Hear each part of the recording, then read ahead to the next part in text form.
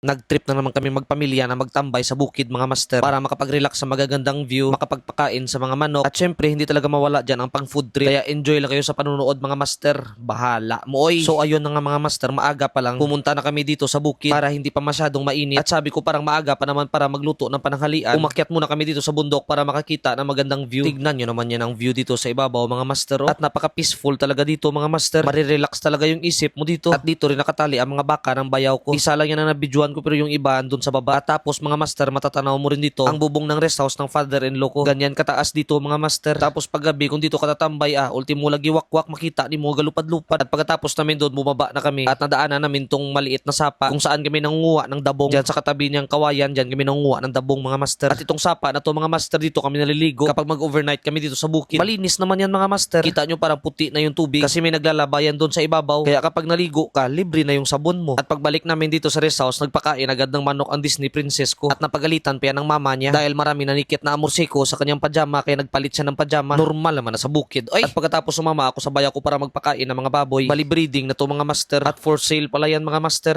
Baka gusto nyong bumili ba? Comment lang kayo dyan mga master at cash on delivery yan. At yun palang mama nila nakatali sa mangga. Maganda talaga dito sa bukid mga master dahil walang magrereklamo na kapitbahay sa mabahong amoy. At pagkatapos nagtesting rin ako dito na magsanggot ng rubber tree mga master. At hindi basta-basta ang magsanggot ng rubber tree mga master dahil pag masobrahan mo ang pagsanggot sa balat ng rubber tree at natamaan mo ang mismong kahoy, magbubukol na yan mga master at mahirapan ka na yan sa susunod mo na pagsanggot. At pagkatapos sanggutan mga master, kusa lang yan tutulo yung mga dagta niya. At pagkatapos dahil malapit na ang pananghalian, nagsaing na ako dito mga master. Ito talaga kinaganda sa bukid mga master dahil sa kahoy ka talaga nagluluto ba. Tapos sinunod ko na dito ang pagprito ng isda mga master. Ito lang muna ang ulam kasi pananghalian pa man to. At pagkaluto nito, kumain na kami dito diretso kaso hindi ko nabidyohan kasi gutom na oy, nawala na sa isip ko. Bahala mo oy. Kaya diretso na tayo dito sa ulam na panghapunan mga master. Parang di man namin kaya to ni Gilbert tuhugin ng ulo mga master. Oy, kaya nagpatulong kami dito sa bayaw ko at ayun natuhog na nga agad mga master. At pagkatapos pinasaan na yan ni Gilbert palabas mga master kasi di rin pwede siguro na doon kami sa loob magluluto no. At pagkatapos nagpaapoy na sila dito ng kahoy mga master. Oo mga master, kahoy lang ang ginamit namin dyan para hindi magastos sa uling ba. At pagkamaya-maya ang bayaw ko na naman ang nagsab sa pag-drive ng lechon ulo. Kailangan talaga magpalitan mga master oy kasi mainit man yan. Pero ako dito pabidyo-bidyo lang. Pero syempre meron din akong may tutulong dyan mamaya mga master. Ako ang magti-taste test sa may gusto pala mga master ng sombrero na suot ko. Ilalagay ko lang ang link dyan sa comment section. Pagkamaya-maya mga master